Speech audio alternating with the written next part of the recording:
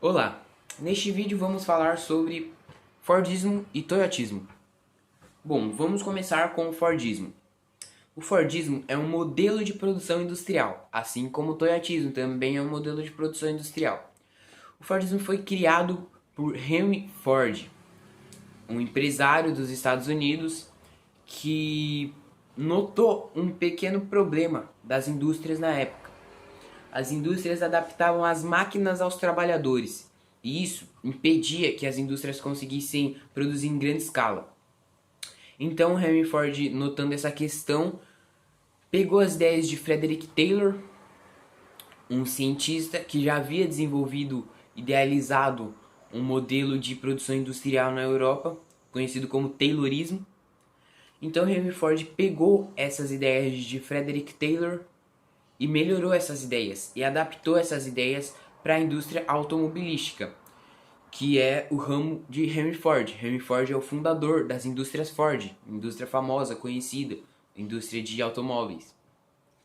Então Henry Ford pegou as ideias de Frederick Taylor, melhorou essas ideias e assim desenvolveu essa metodologia de produção conhecida como Fordismo.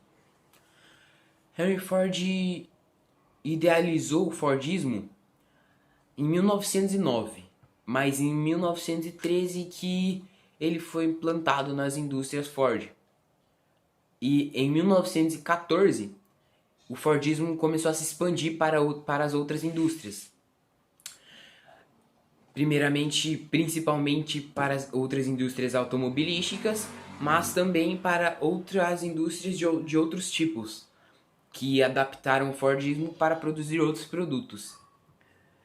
E assim foi o Fordismo. Até que em 1929 houve uma crise no Fordismo. Uma das características do modelo produtivo fordista é a produção em grande escala e essa produção era feita pelos trabalhadores, pelos operários.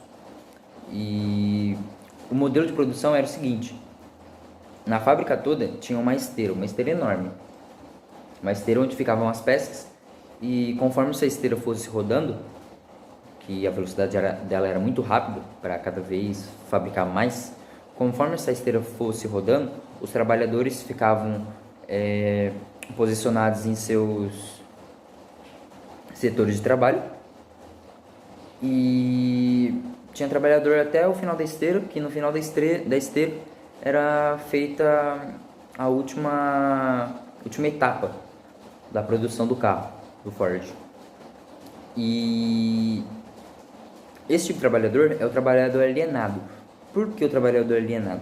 Porque ele só sabia fazer a parte dele. Só sabia, se a parte dele é apertar parafuso, ele só sabia apertar parafuso. Nada mais além disso na produção. Ele não sabia como que o carro ficava no final da esteira, no final da linha de montagem, entendeu? Ele não sabia, por isso ele era considerado um trabalhador alienado. E também pelo fato dele fazer muitos movimentos repetitivos. Ele ficava só naquilo, só sabia fazer aquilo. Quando Taylor adaptou suas ideias, Ford retirou de fabricação qualquer tipo de componente que pudesse ser artesanal, implementando assim uma total automatização dos processos industriais. Para que esse modelo possa ser compreendido melhor, vou falar umas características. Ford estabeleceu um padrão em todos os seus automóveis, os modelos T. As máquinas cortavam os componentes do veículo e os moldavam, diminuindo assim possíveis erros. Com a padronização dos modelos e a divisão de tarefas, o tempo de produção caiu muito. Antes de Ford era 500 minutos para ficar pronto, e depois de Ford esse tempo caiu para 2 minutos. A divisão de tarefas era muito rígida. Cada trabalhador tinha uma função específica, o que aumentava a produtividade e diminuía os custos. Os veículos da Ford puderam ser comercializados de forma muito acessível, pois os custos eram baixos, o que tornava popular a aquisição do modelo T. A crise de 1929 pode ser chamada também de crise do modelo produtivo fordista ou a crise do liberalismo, por conta do governo não intervir na economia e deixava o mercado na mão das empresas, que as empresas movimentassem seus capitais sem a interferência do governo. Como vimos anteriormente, o modelo fordista era bem desenvolvido. Eles fabricavam em grande escala, vendiam em grande escala. E assim era um looping, era um ciclo. Com o alto consumo da população, né, geraram novas empresas para dar conta de satisfazer a população toda, já que cada vez o consumo era maior. Com as empresas em alta, as empresas estavam vendendo muito, fabricando muito, lucrando demais. Tava subindo muito num gráfico. As pessoas começaram a investir na bolsa de valores por conta das empresas estarem valorizadas, e nisso as pessoas ganhariam também, né? Porém, aí que está o problema. Como vimos, o modelo fordista,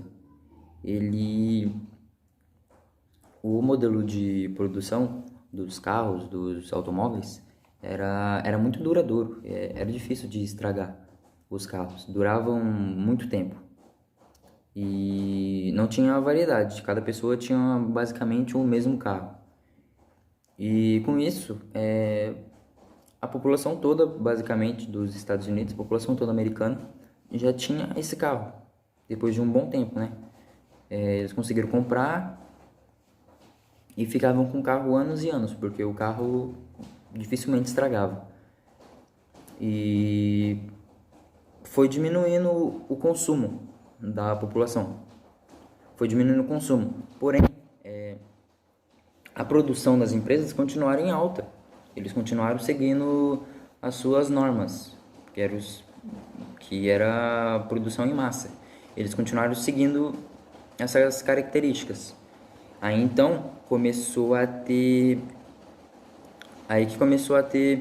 estagnação de produtos, de mercadoria. Por quê? Porque como muitas pessoas já tinham esse carro, já tinham esse produto, ninguém precisava comprar mais, porque não precisa comprar mais, já que tem um, não precisa de outro. E além de ser muito duradouro, né? E as empresas não viam isso e não paravam de produzir em alta escala, porque o seu lema era produzir em grande escala. E nisso foi começando a acumular mercadoria, porque não vendia. E nisso que foi acumulando muita mercadoria, as empresas começaram a desvalorizar, porque já não estava dando tanto lucro. Quer dizer, não estava entrando nenhum lucro, né? Porque já não estava vendendo. Só estavam produzindo e não vendendo. Nisso que as empresas começaram a desvalorizar no mercado financeiro, aquelas pessoas que compraram muitas ações por conta das empresas estar valorizada há uns anos atrás, essas pessoas começaram a vender suas ações com medo das empresas falirem e nisso elas perderem dinheiro. Com a venda de muitas ações, as empresas começaram a quebrar e nisso as empresas começaram a ficar apertadas, né? Porque estavam desvalorizadas, não estavam tendo lucro, estavam com muitos produtos em estoque. E o que as empresas fizeram para não sair com tanto prejuízo assim? Elas, basicamente, nisso, né, os operários, vendo a situação da empresa, pensaram que seriam mandados embora. E nisso as empresas aumentaram o salário dos operários, que os operários, pensa bem, os operários eram os únicos que não tinham o veículo, eles só produziam. E como o seu salário era muito baixo, eles não tinham condições de ter o veículo. Então, quem da população faltava ter esse produto? Os operários. Então, o que as empresas fizeram? As empresas aumentaram o salário dos empregados, dos operários, e facilitaram eles a comprarem o produto, a comprarem o carro, o Ford. Aí os operários pensaram, nossa, que coisa boa, né? Tava ganhando pouco, pensei que seria mandado embora por conta da crise, mas não, recebo um aumento salarial e o carro, o produto é desvalorizado, então o que eu vou fazer? Vou conseguir comprar o carro. Nisso os operários ficaram felizes da vida, compraram o carro. Com isso os estoques da Ford diminuíram um pouco, né? Por conta dos operários terem consumido. E com os estoques diminuídos, o que a Ford simplesmente fez? A Ford pegou suas coisinhas, e caiu fora, foi para outros países, para países pobres e emergentes. Por quê? Porque os Estados Unidos estavam com o Sindicato dos Trabalhadores, o que dava alguns direitos aos trabalhadores, não tantos direitos, mas são mais direitos do que em um país pobre e emergente tem. O sindicato ficava em cima das empresas, cobrando direitos e tudo mais. E nisso, as empresas não estavam tendo lucro, né? Isso acabava prejudicando a empresa, porque tinha que pagar muito, entre aspas, muito, e não estava tendo o retorno. Aí as empresas preferiram ir para um país que não cobrem não tenha tantas leis trabalhistas, que seriam mais fácil para eles lucrar e mais fácil em tudo, basicamente. E voltando à venda das ações, com muitas vendas das ações, teve o colapso total do sistema econômico liberal. Por quê? Porque um certo dia, muitas ações foram vendidas no mesmo dia. E o mercado operando lá embaixo. E nisso teve a quebra na Bolsa de Valores de Nova York. Aí foi o colapso total, gerando o fim do liberalismo econômico, o fim do sistema fordista. E por consequência dessa quebra da Bolsa, houve uma taxa de mais de 20% de desempregados nos Estados Unidos. Teve falência de muitas empresas, como a da Ford, que se mandou para outros países mais baratos. A redução de produção industrial abaixou muito, porque os empresários estavam com medo de produzirem, já que recentemente houve uma crise.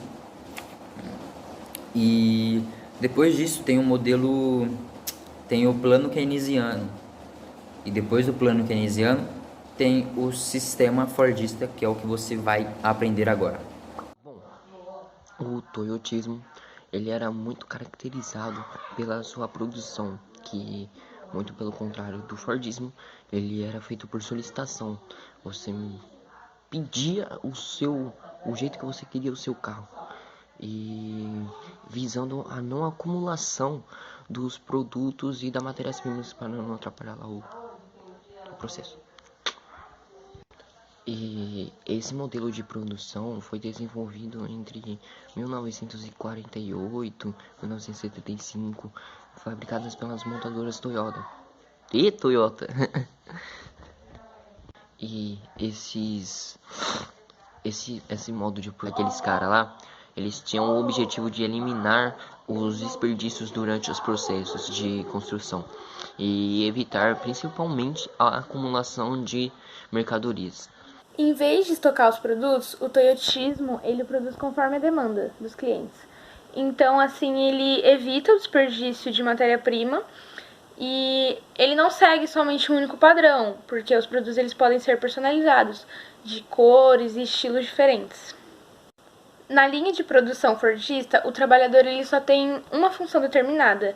Já no toyotismo não, porque o trabalhador ele precisa estar adepto a exercer várias funções diferentes. Ele tem que ser multifuncional e tem que ser bem qualificado, conhecer bem como que é feito todo o processo do produto. Além disso, Todas as etapas de produção passam por um sistema rigoroso de qualidade, onde eles testam os produtos durante a produção, diferentemente do sistema fordista, por exemplo, que eles produziam vários produtos e só iam ver lá na frente, só iam testar lá na frente. Então, se tinha algum produto com defeito, era desperdiçado. Já no Toyotismo não, porque como eles têm esse controle, eles testam antes, durante a etapa, e assim tem um produto com mais qualidade. No Toyotismo tem um sistema que se chama Just in Time.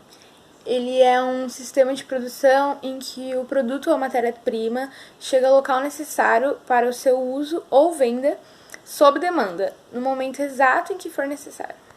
É muito importante que a empresa esteja sempre atualizada e invista em pesquisas do mercado para adaptar o produto às principais exigências do cliente.